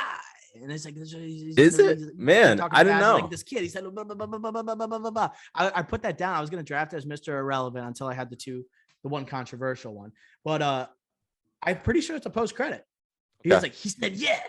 You know what I'm talking about? I know he He's just on the did. bench. He did that a few times throughout the movie. Like talked really fast with the sequence there. So I think I'm just getting lost. Man, I think that was a post-credit. That's a good one then. I was like that was like the intro to Spider-Man going into Civil War, because Ant-Man came out in 2015, Civil War 2016. So that was like the teasing, and that's when the Spider-Man deal got done. Tom Holland shot his role. Right. Dude, I was listening to this. Do you ever listen to the Actors on Actors series on Variety YouTube channel? The YouTube, yeah. I've only seen a few of them. I haven't seen a bunch. You seen the Chalamet and Emma Stone one? No. So Chalamet was in the running to play Spider-Man when Tom Holland was. Wow. When Asa Butterfield, I think his name is, guy from Ender's Game, I think it is. Yeah. Remember him? So he was like the guy they thought everyone was going to cast, and all of a sudden this guy Tom Holland comes out of nowhere. But in the weeds there, you had Timothée Chalamet thinking he was going to get cast following his appearance in Interstellar back in 2014 for Christopher Nolan. It's like a compelling interview to hear like what his career could have been, and now the advice he's getting not to appear in these superhero movies. It's kind of wild. That is pretty crazy. What if we didn't get him as Paul Atreides? Yeah, like his career, I don't know. It may have turned out differently if he became Spider-Man. Definitely. Honestly, it might be an Uncharted with Mark Wahlberg instead. He's avoided the blockbusters. It's really taken control of Tom Holland's career. Like it absolutely has. Do you have any other post-credit honorable mentions here? One that I had ranked as just post 10 out of my top 10 was Black Widow. Yelena Baklova visiting Natasha Romanoff's grave. And who do you see there? Some implications from the Disney Plus television series, Julia Dreyfus, just showing up and I think that's going to set up obviously like a lot of other MCU implications, like all these post-credit scenes does. But Black Widow is not one of my favorite MCU movies. I was kind of let down, but then this post-credit scene kind of like made me, I guess, happier coming out of Black Widow, and just it made me like feel like, all right, it was worth it to watch Captain America and the Winter Soldier and everything like that, or Falcon and the Winter Soldier. So, and I like Julia Dreyfus, so that was another one I had. Yeah, between that one and Captain America and the Winter Soldier, like whichever one Julia Louis-Dreyfus was showing up in, it had me pumped up because this is a new character. Anything they show me something new in the Marvel Cinematic Universe with a talented actor, it's going to get my blood going. It's going to get my blood going. It's going to get me hyped up, especially when you see them in person. I know we're coming off the Eternals review, and it just shows like with those post-credit scenes, they really can excite you even more than the damn movie. It's crazy. It has this effect, but it's so true. Man, if we drafted the two from Eternals, we won't do any spoilers right now. Do you think they are what round? If you had to look at both of them, where do you think they belong in this draft in terms of all time? Okay, wow. So I was going to ask you this question as well. I think it's top 10. The first one for Eternals, I think, is top 4. I was gonna say this is like a top 3 for me. Yeah, it's not just because of the person playing, like the character, the crowd reaction and the pop in the theater, right? When this person showed up on screen is something I don't remember ever experiencing in the theater for an MCU post credit. I remember hearing some oohs and ahs, but this one was like, oh my God. I couldn't stop talking about it after I saw it. And that would have been enough for me. But then comes the second post credit teaser. And I was like, this is also pretty good. It's probably not in my top 10, but it's up there, Ricky Flex. It's up there as well. I would say it's closer to 10 than it is to 15. But no, and that's you've mentioned with the crowd reaction. It's just like, yes, Iron Man, Nick Fury one, that's yours and Nez's best. But I do think that a lot of people just weren't in the theater. Like I remember when we saw Iron Man, I think we left and there was no one there. Like everyone left. So I think a theater reaction. That's why we love the movie theaters. Movie theaters are back. We said it before. They have a big implications or a big importance with these post-credit scenes. Yeah, I mean, I'm thinking about. I guess the second largest one was probably your first overall pick. Was J. Jonah Jameson showing up at the end of Far From Home. That was probably the second biggest pop I've heard at an MCU movie. I didn't get the experience like at the end of Avengers Endgame with the huge battle and everybody's cheering on. I didn't get that incident. I had like a baby crying in the back, but I didn't have people just like cheering and like crying when Captain America picked up Thor's hammer. That never happened, but although it was like, it made me want to scream because I was so excited. It didn't have the pop that this post credit has. Any other final ones here, Ricky Flex? All right, and then some that outside my top 15 just be Ragnarok, Thor and Loki talking, going to Earth, and then you see Thanos' ship, and then nice, yeah, that's not bad.